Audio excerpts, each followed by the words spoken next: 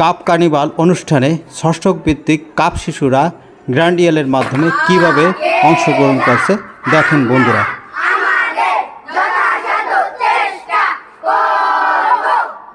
তোমরা তোমাদের যথাসাধ্য চেষ্টা করো করো করো করো।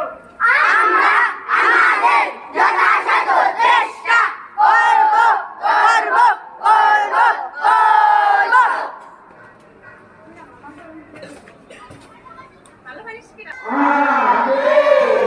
মহাবীতে গ্র্যান্ডিয়াল